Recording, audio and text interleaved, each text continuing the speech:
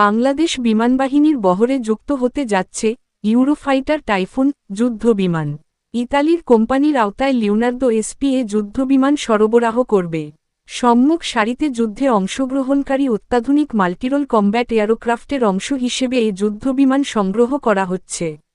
গতকাল বিমানবাহিনী সদর দপ্তরে বিমানবাহিনী প্রধান air chief marshal Hasan Mahmud Khan এবং বাংলাদেশে নিযুক্ত ইতালির রাষ্ট্রদূতের উপস্থিতিতে বাংলাদেশ বিমানবাহিনী এবং লিওনার্দো এসপিএ ইতালির মধ্যে লেটার অব ইন্টেন্ট LOI স্বাক্ষরিত হয়।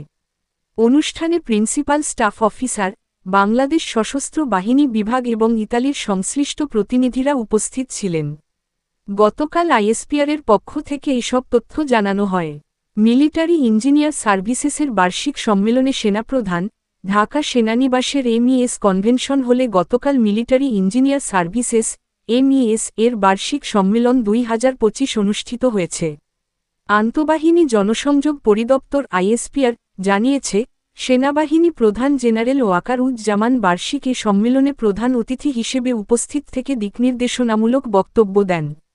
সেনাবাহিনীর ইঞ্জিনিয়ার ইন চিফের সভাপতিত্বে গতকাল থেকে 3 দিনব্যাপী 9 থেকে 11 ডিসেম্বর MESের বার্ষিক সম্মেলন 2025 শুরু হয়। সম্মেলনে প্রতিরক্ষা মন্ত্রণালয়সহ অন্যান্য মন্ত্রণালয়ের উচ্চপদস্থ কর্মকর্তা, কর্মরত সেনা, নৌ ও বিমানবাহিনীর কর্মকর্তারা উপস্থিত থেকে এবং ভিটিসির মাধ্যমে সংযুক্ত হয়ে অংশগ্রহণ করেন।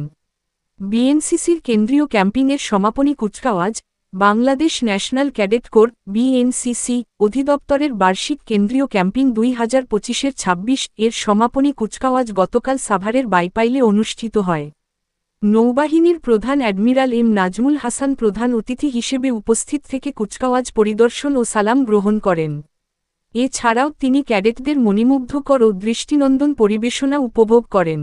প্রধান অতিথি তার বক্তব্যের শুরুতেই 1971 সালে মহান মুক্তিযুদ্ধে আত্মোৎসর্গকারী BNCC ক্যাডেটসহ সব শহীদ, আহত ও বীর মুক্তিযোদ্ধাদের গভীর শ্রদ্ধার সঙ্গে স্মরণ করেন।